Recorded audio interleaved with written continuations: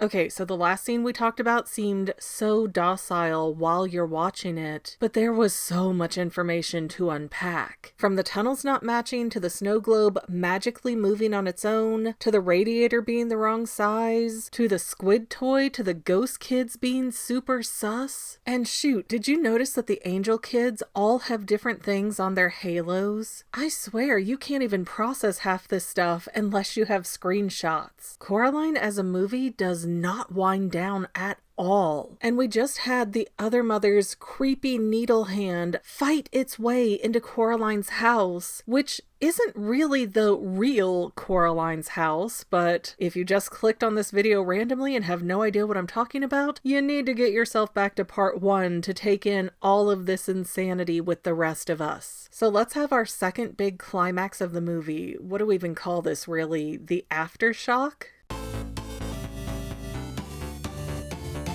Hey guys, welcome back to the Fangirl channel. I'm your writer, producer, editor, and disembodied voice, McGann. And I think this is our last scene today. Thank you to everyone who's come on this Coraline journey with me. Thank you so much to all the channel members who've joined, everybody who's left a tip, and I hope you'll stick around and enjoy what comes next. So, okay, Coraline was just manipulated by the ghost children to go dispose of the button key right then and there. And as Coraline wraps her blanket around herself to use as a jacket, she fails to notice the Beldam's needle hand clawing its way out of the crack around the little door, which I guess that does prove that the other mother decides when there's a tunnel and when there's a brick wall there. And it has nothing to do with the key, the lock, or the time of day, but Coraline is calmly walking her way up the hillside towards the old well. You know, that completely non-suspicious one with the flipping fairy ring growing around it. And Coraline is gently singing to herself, "Oh, my twitchy witchy girl," which her dad was singing much earlier in the film. And notice how the apple orchard is suddenly in bloom. Coraline was just up here, what, a few days ago when she first met Wybie? And every tree was barren and dead at that point. Plus, as proven earlier in the movie, it's roughly President's Day right now because Coraline's mom took her school shopping during the President's Day sale. And there's also a flyer on the refrigerator talking about it. So it's not like that was an old banner that the clerks neglected to take down. For the Jones to have just moved in and have a flyer for this sale, it has to be February right now by all accounts. See, some people think I'm trying too hard when I say that the time is moving weird in the other world, but consider this. When Coraline escapes out of the tunnel the first time, she finds a rotting bag of food on the kitchen table. And because we see a lot of flies, that bag would have been sitting out for around 3 weeks, even though Coraline seems not to notice any gap in time at all. But just look at the apple orchard. When do apple trees bloom? And more specifically, when do they bloom in a northern state like Oregon? Well, I'm not a botanist, but with a quick Google search, answers vary between mid-March through mid-May. So doing some rough justice math here, in 2009, the year this movie released, President's Day was on February 16th.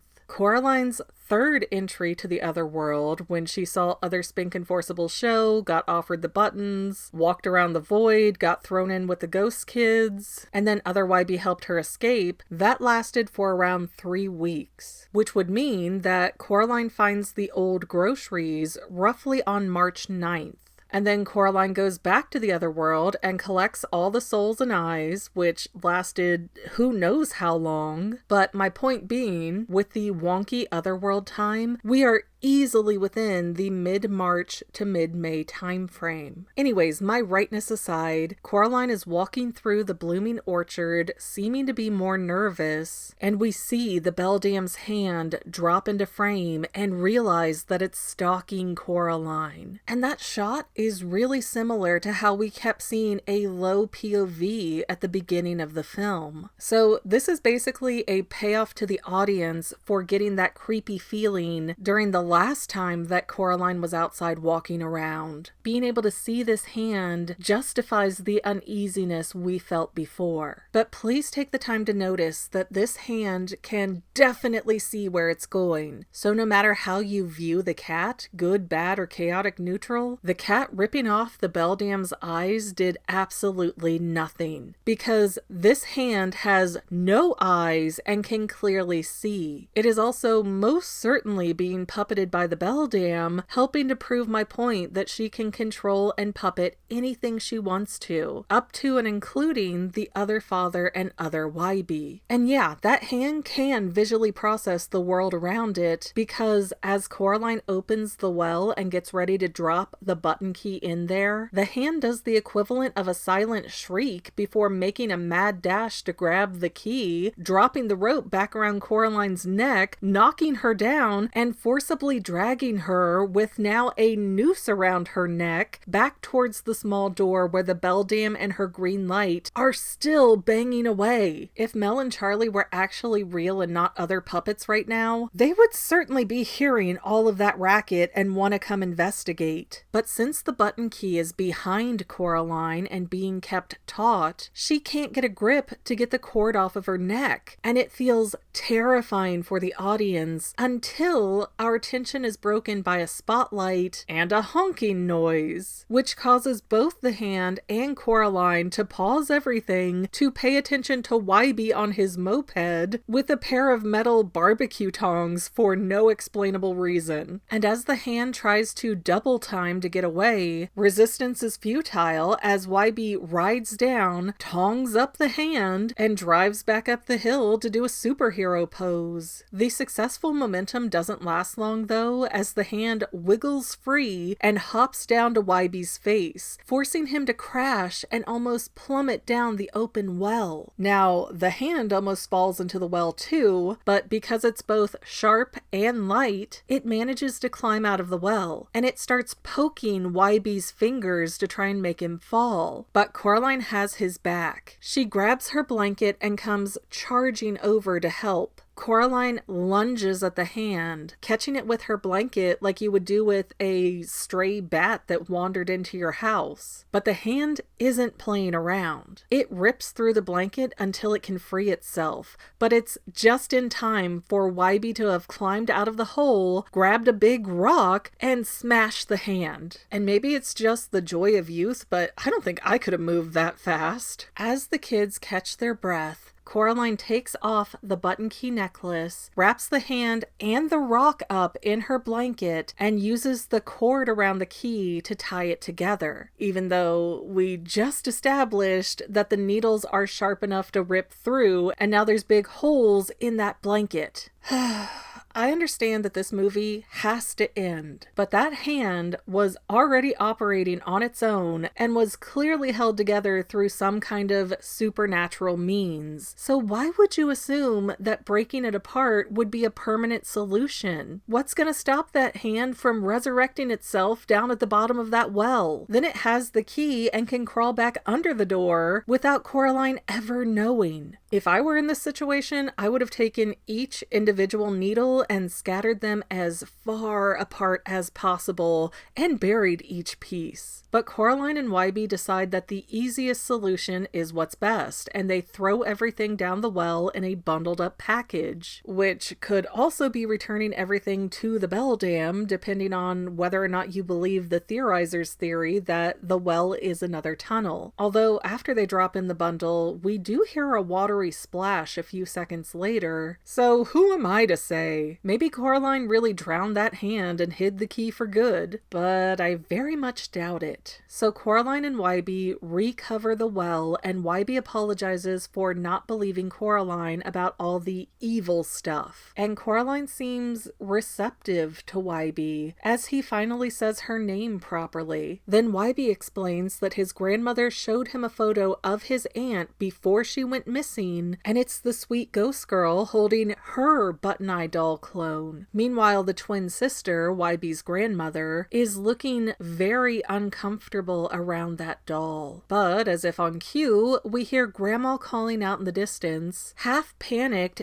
begging for Wybie to come home and ringing a dinner bell to get his attention. And Wybie starts doing his nervous stance, being hunched over and wringing his hands, saying he doesn't know what to tell his grandmother. And I mean, don't substitute this for legal advice, but I definitely wouldn't be telling Grandma that a cat told me to come to a well that I almost fell down, but instead I destroyed a magic hand made of needles. So Coraline tells Wybie to bring Grandma to the house tomorrow and they can tell her what happened together, which means the garden party is happening the next day, even though Coraline was just asking her mom to get invitations and telling her dad to order tulip bulbs, none of which they had in the house before Coraline went to bed and came out to the hillside. Once again, time here is wonky, which is another good point that this is still the other world. There's just no way they got the garden party set up with 1 day's notice. I know Spink, Forcible, and Bobinski don't really have anywhere to go, but still, it takes some planning and effort just to get the lemonade ready and get the dirt to plant the tulips in, let alone hundreds of tulips that have already sprouted when these are a spring flower that only come up in March through May. What year is it? I would also normally complain that the movie Ex Machina'd Wybie showing up to save the day, but Coraline says she's glad that Wybie was stalking her since he did help rescue her, and it turns out that it was the cat that went to fetch Wybie, even though the cat cannot speak, allegedly, and would have no way to communicate to Wybie that he was going to need barbecue tongs. And everyone seems to have made up with each other as the music lightens and we see clouds that are kind of shaped like needly hands part away from the full moon, which transitions into a white balloon to signify party over here. And we see Coraline getting drinks together in the daytime with a great reflective effect on the picture she's using. So Coraline wanders around the garden party in her fancy, funky gloves, bringing lemonade to all of the residents who are now happy, perky, and quirky. Although if I had just paid $25 for my kid to have gloves that are like knitted gloves, heck no, she is not going to be using those at a dirty garden party. We have gardening gloves for those times. But we have Spink and Forcible with Angus in his angel suit, and they're wishing that the lemonade were pink ladies, which is an alcoholic beverage. Then we see Charlie annoying Mel with his burping, and this is where Mel admits that she hates dirt but does like the tulips. And then we have Mr. Bobinski digging up the tulips to plant beets like he's Dwight Schrute. And Mr. Bobo is telling Coraline that the mice say she's their savior and they want to give her a thank you performance, which would imply that these are real world mice that are now released from the control of the Beldam, even though the Beldam being able to control them in the real world makes no sense in the first place. Finally, we hear Mrs. Lovat getting on Wybie's case that she knows where she's going because she grew up here. And Coraline cheerily greets her, saying she has so much to tell her as the camera pans back and we see the garden is still in a Coraline shape. Now, come on, we never got a great look at the garden before Coraline went to the other world, but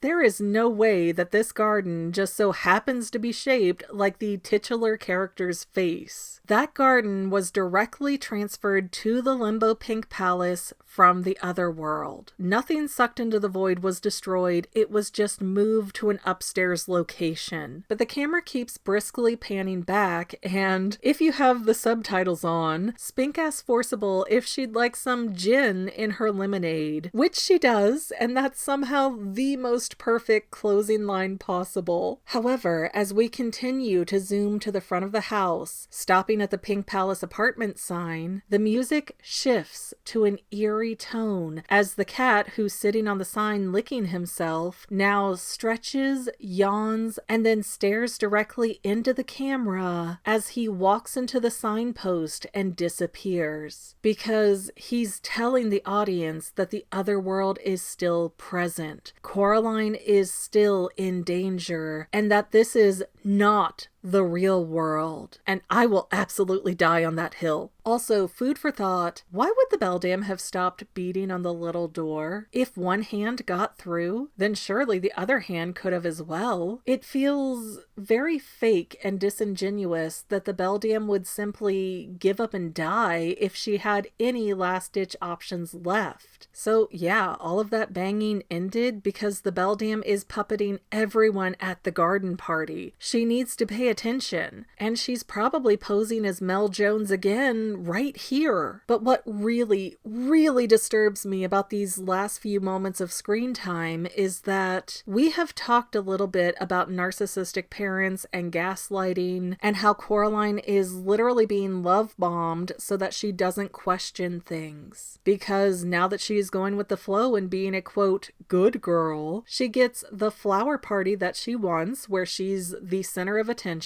and we have all of these people who have come to feel familiar now showering Coraline with positive attention. That's how you trauma bond with someone, which makes it hard to leave if the situation becomes abusive. So somewhere down the line, if Coraline realizes the truth that she's still trapped in the other world, the Beldam will have a very persuasive way to not only manipulate Coraline into thinking she's crazy, but to even potentially play it off as, haven't I loved you more than your previous mother and given you everything you ever wanted? And the trouble with abusers is that they love to dance around nuggets of truth. So I don't know that Coraline can ever escape. Also, to anyone going, why would the Beldam store Coraline in this limbo pink palace? It's because the Beldam feeds off of the love that a child gives the parent they're most bonded to. If the Beldam wanted Coraline for a meal, she could have done that on the first night and had no need for all the magic and deception. Even towards the end, when Coraline wanted to play a game, the Beldam could have went nope and gobbled her up. But instead, the Beldam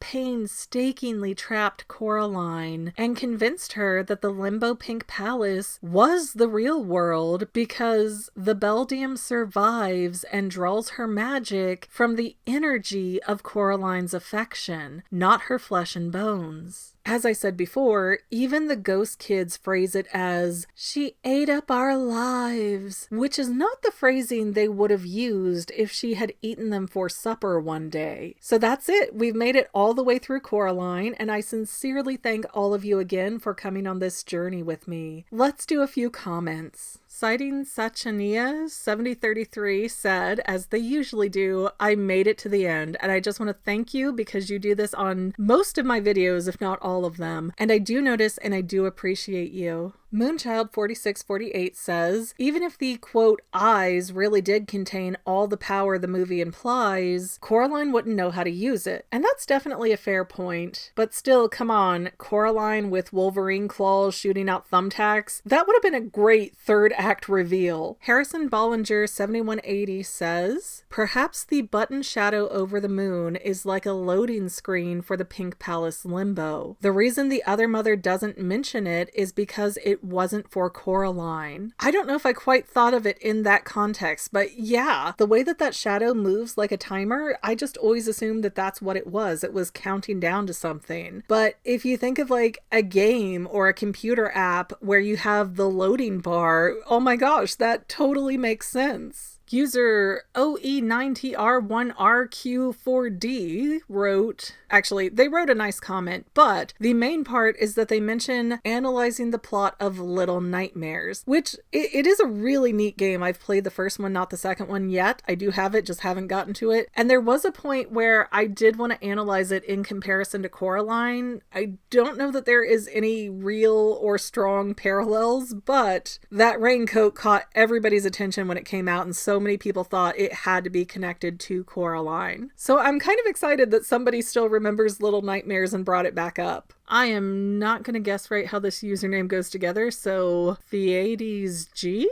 Sorry. Commented, you mentioned the smoothness of the camera movement early on. It doesn't mean that it's 3D animated. It's actually motion tracked. And if that's right, I totally recant, my bad. But I will say, there is just something about the way it looks when Coraline rounds that corner looking at Other Bobinsky's attic for the final time. And as somebody who went to grad school for animation, I can tell you over and over again that has always hit me as a 3D rendered scene. But again, I have not deep dived to find out that detail, so if I am wrong, I am totally wrong and my eyes are playing tricks on me. Sierra Myers 4770 said, you and the Theorizer are the two channels I constantly go to for Coraline content, and thank you so much. Me and Brandon go way back. I don't know if that's actually the Theorizer's name. He doesn't seem to want to tell anybody, so I just gave him one myself. But yeah, we're back on the early days of the internet before Gen Z got here. Tim is the best boy 0 said, so I'm the first commenter who isn't a member. And yeah, in case anybody didn't know, channel members get first access to watch videos. I try to give them at least 48 hours before everybody else. So if you ever decide to be a channel member, you can also get early access to various content. Thank you. Whew, sadly, friends, I think I'm going to call it here. Thank you again. Thank you to all the channel members. Thank you to those who donated. And thank you to everyone who watched, engaged, and or shared one of my videos. I might be overthinking it, but that's literally my job.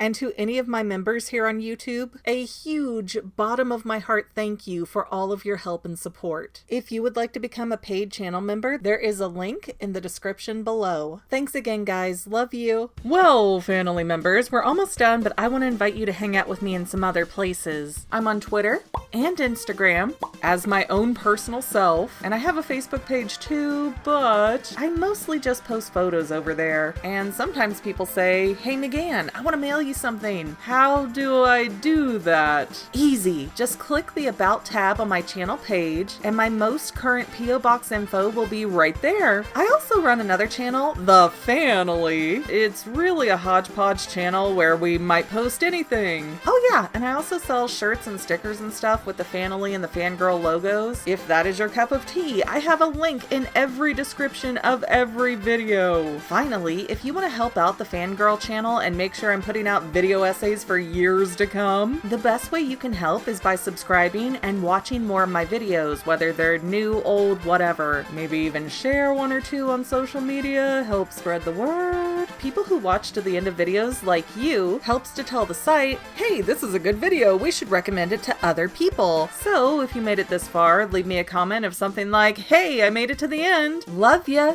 See you next time, family members. Bye.